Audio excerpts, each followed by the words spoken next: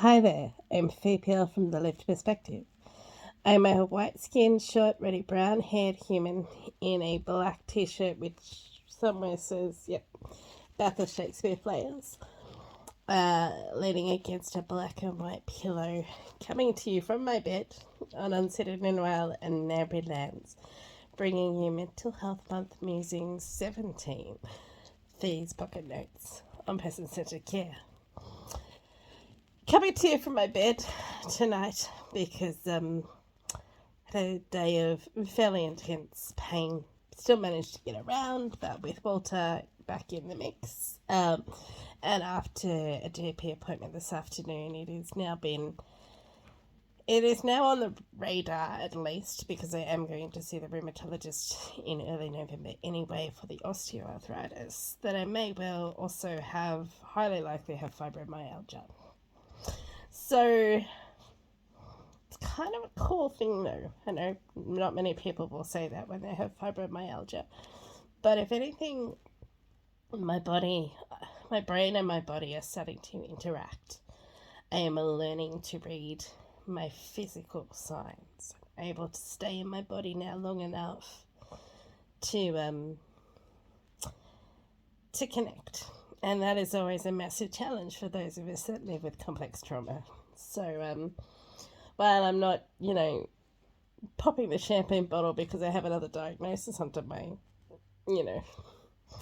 belt, or potential diagnosis, the more information I have, the more I'm able to learn to listen to my body and to my mind and my alters, the better everything's able to hopefully start working together so that I do enough to keep everyone happy, but I rest enough to keep everybody happy and my body happy as well. As promised yesterday, I'm going to start unpacking some of these scenarios from either or, depending on the day, person-centered care frameworks and understanding lived experience, leadership, and what actually also happens for clinicians. So, and I will actually edit these up so that you have the scenario again at the end of these videos from, earlier in the month. But just to reset the scene, this one was about a consumer in a hospital setting where they've come in with very significant food allergies and food aversions due to eating disorder history, and have been told that the hospital can't cater for them. They can't heat up their own food, and there's a heated interaction because the clinician is not actually listening to the needs of the consumer. And we were invited to consider how the clinician could have potentially shifted that narrative towards a more person-centered outcome. But I want to go to actually the introduction to Carl Rogers' on becoming a person, which was written at the end of his career and his development of his client-centered therapy model. But it's a really, really interesting little reflection, which I think actually applies not only to clinicians but to lived experience leaders and to anyone who is in the mental health service delivery space. So it's actually talking about what he wants to achieve in the book, but it also speaks very much to the heart of what he did and tried to build into his practice in the 1950s and 60s. This book is about the highly personal experiences of each one of us. It is about a client in my office who sits there by the corner of my desk, struggling to find himself, yet deathly afraid of being himself, striving to see his experience as it is, wanting to be that experience, and yet deeply fearful of the prospect. This book is about me as I sit there with the client, facing him, participating in that struggle as deeply and sensitively as I am able.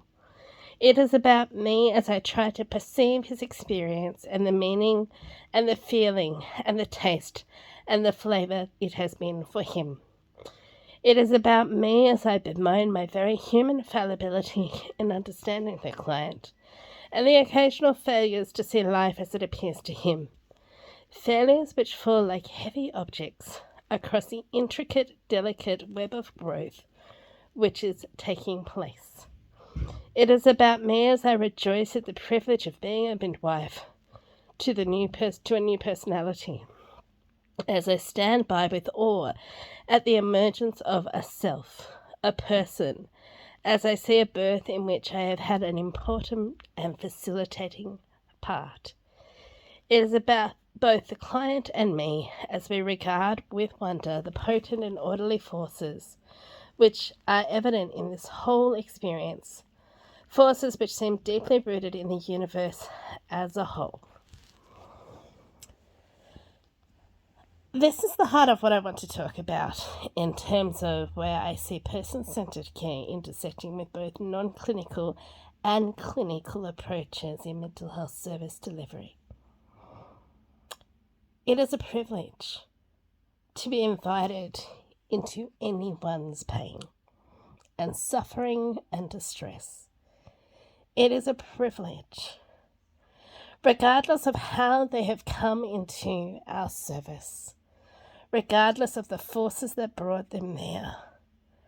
We have a deep responsibility to put aside our personal agendas, our organisational agendas, our medico-legal frameworks which limit and restrict the possibility of any individual in our service from flourishing, regardless of whether you are in a closed mental health unit, a short stay unit, a high dependency unit. In New South Wales we call them PEC units, psychiatric emergency care units, or here in Canberra we call them short stay units. Regardless of whether you're in an inpatient setting or whether you are in a private hospital setting, or whether you're in a community-based setting, or whether you're in one-on-one service delivery in someone's home as an NDIS service provider. It is a deep privilege and a deep responsibility. We don't talk enough, I believe, about the responsibility and the honour it is to be working with people at their most vulnerable points in life. Now that I've given you that little reflection, I'm going to invite you, I'm going to edit this up, to return to that original video and have a think. All of the same structures are in place. All of the same limitations are in place. If you were to call stop at any point in that scenario, thinking about the privilege that it is and the responsibility that is yours if you were in the role of clinician, how might you shift the narrative? So, person-centered care is not about you. The scene opens. You have, in mental health service settings, what we call a consumer, and we have a clinician.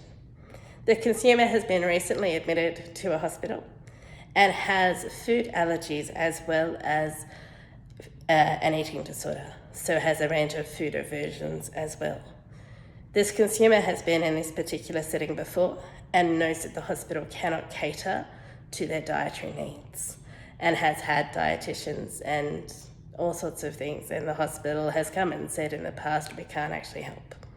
They also have a policy which means that they cannot heat up food that the consumer arranges to have brought in so that they can eat. So this is the backstory, this is the exposition. Consumer, clinician. I need to know what your hospital policies are. Have they changed since I've been here last? Because this is what I was told, and this is why it presents a problem for me. No, those policies are still in place. But what about if you have someone cook food and put it in one of those thermoses and bring it in and you eat it when it gets in?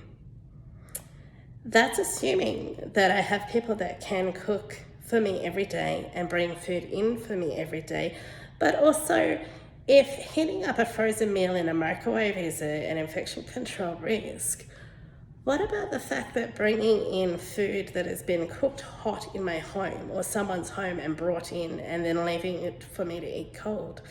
Isn't that an infection control risk as well? Oh, yes, no, I see your point, but cutscene. Jump ahead a little to where the scene is escalated because the clinician continues to throw solutions at the consumer that the consumer already knows are not possible, but the clinician has not yet done their research on. Cutscene. A little while later, consumer and clinician are meeting to discuss the escalation of the situation. The consumer apologizes profusely because they know that it's not actually helping their situation at all. The clinician's response is, I'm here for you. You know, I know what it's like. I've been a patient in a hospital before. I understand your frustrations. I want to help you. I am here to help you. Cutscene. Catch you on the flip side.